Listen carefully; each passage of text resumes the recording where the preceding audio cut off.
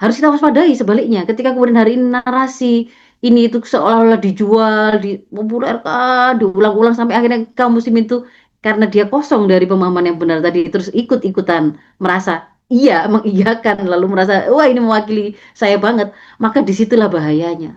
Ketika narasi tersebut diadopsi oleh kaum muslimin, maka yang akan terjadi itu antar generasi Islam yang tadinya itu sebenarnya dia itu disambungkan betul oleh banyak hal oleh Islam, itu kemudian dibikin terputus seolah terputus. Dan ketika kemudian dibikin terputus antara yang tua dengan yang muda, generasi baru atau muda yang lahir-lahir ini itu diinginkan untuk terputus dari sakofah Islam, solusi Islam, bahkan peradaban Islam dengan alasan tidak lagi relevan. Tinggalan orang generasi sebelumnya itu. Dan ini berbahaya sekali. Di situ, di titik itu nanti akan mengantarkan pada terjadinya paling nggak kalau saya lihat itu ada tiga lah bahaya yang akhirnya akan terrealisir di situ ya.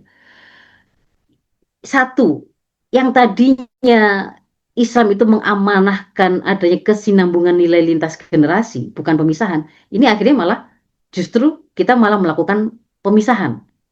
Yang tadinya itu adalah amanah bagi generasi tua itu untuk melahirkan generasi-generasi baru yang kokoh, yang kuat di belakang mereka, seperti Anissa 9 tadi.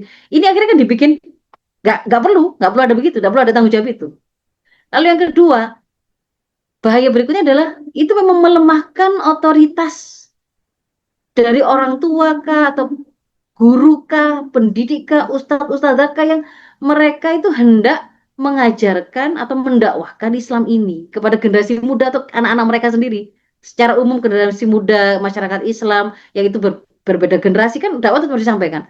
Itu akan diputus dengan cara itu tadi. Mereka sudah nggak lagi layak karena mereka nggak ngerti teologi loh.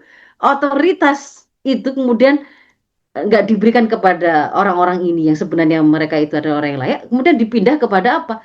Sekarang itu bisa kita itu mengakses dari sosmed, bisa dapat itu dari mana-mana. Kan ada banyak quote-quote bagus dan seterusnya. Itu bahaya kedua ya, bisa melemahkan otoritas. Yang ketiga, di situ nanti dimanfaatkan menjadi alat oleh musuh-musuh Islam untuk mendekonstruksi nilai-nilai transgenerasi di dalam Islam.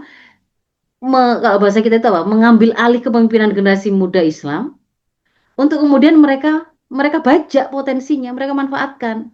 Ketika generasi muda sudah nggak nyambung lagi dengan generasi yang sebelumnya, padahal mereka butuh itu solusi Islam, tuntunan Islam tadi yang itu sudah menginternal pada generasi tua atau generasi orang tua mereka. Ini mereka tolak. Lah mereka kan butuh butuh tuntunan dari mana? Nah disitulah kemudian diambil alih sanad ilmunya diputus, diambil alih menjadi sanad algoritma. Orientasi pendidikan yang tadinya itu untuk ijazah syasiah Islam membentuk adab digeser hanya sekedar untuk melakukan training skill, mendapatkan buru-buru produktif untuk produktivitas ekonomi. Padahal kita ini punya risalah Islam yang harus kita wariskan sampai akhir zaman. Itu